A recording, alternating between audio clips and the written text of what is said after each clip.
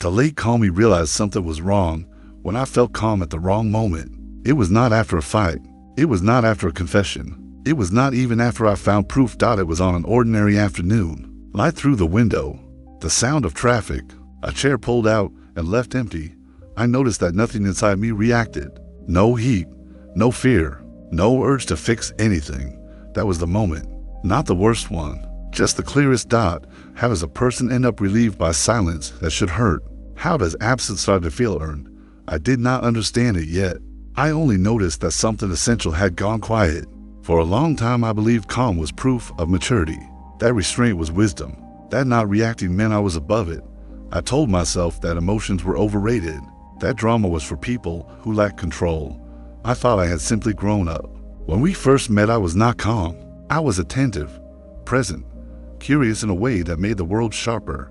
I noticed how she listened, how she waited half a second before responding, how she smiled without asking permission. I adjusted myself around her, not consciously, just enough to be easier. It felt mutual. It felt balanced. Early on, there were moments of friction, small misunderstandings, interruptions, unanswered messages. I handled them smoothly. I chose patience. I chose to let things pass. I remember thinking that this was strength, that I was building something durable. There were no raised voices, no slammed doors, no ultimatums. Friends admired us. They said we were stable. I liked that word. Stable. Stability became my argument for everything. When she forgot plans, when she spoke over me, when she decided things without asking, I told myself it was minor. I told myself not to be petty. I became skilled at translating discomfort into reason. If I felt overlooked, it was because I did not need validation. If I felt dismissed, it was because I was secure enough not to insist. Each explanation felt adult. Each one sounded right. I did not notice that the explanations always worked in one direction. I adjusted. She did not have to. Over time, I stopped bringing things up, not out of fear, out of efficiency. I already knew how the conversation would go. Calm voices, reasonable words, a resolution that asked me to be understanding. I learned to skip the middle. There were moments when I almost said something. When the words rose to my mouth, I swallowed them, not because I was scared of losing her, because I was proud of not needing to win.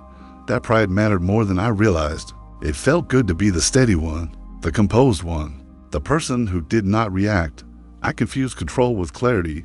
Normal life continued. Work, meals, weekends. From the outside, nothing changed. Inside, there was a quiet accounting, a subtle shift in how I listened. I began to notice patterns, not accusations, just repetitions. Promises softened into suggestions, apologies shortened, decisions finalized before discussion. I told myself this was how long relationships worked. That initial care naturally faded. I had read that somewhere. I trusted it.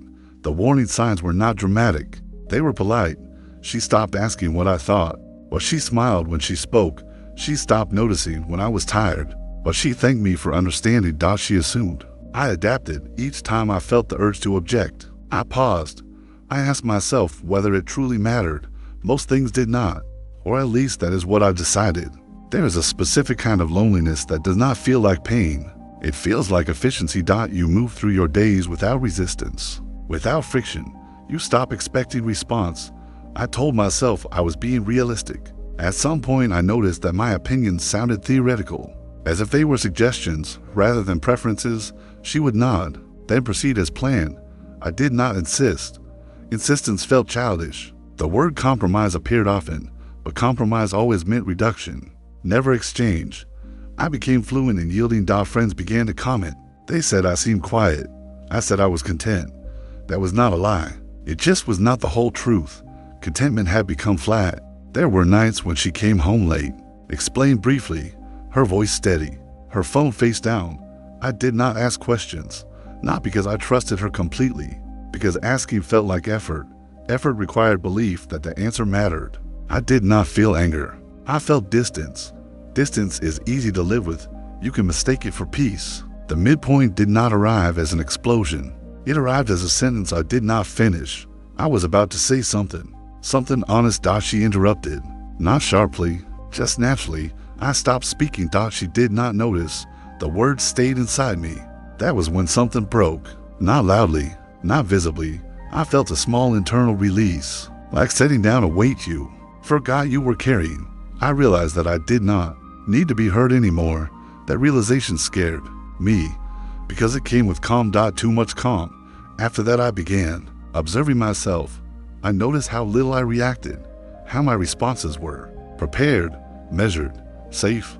I noticed how often I agreed before understanding.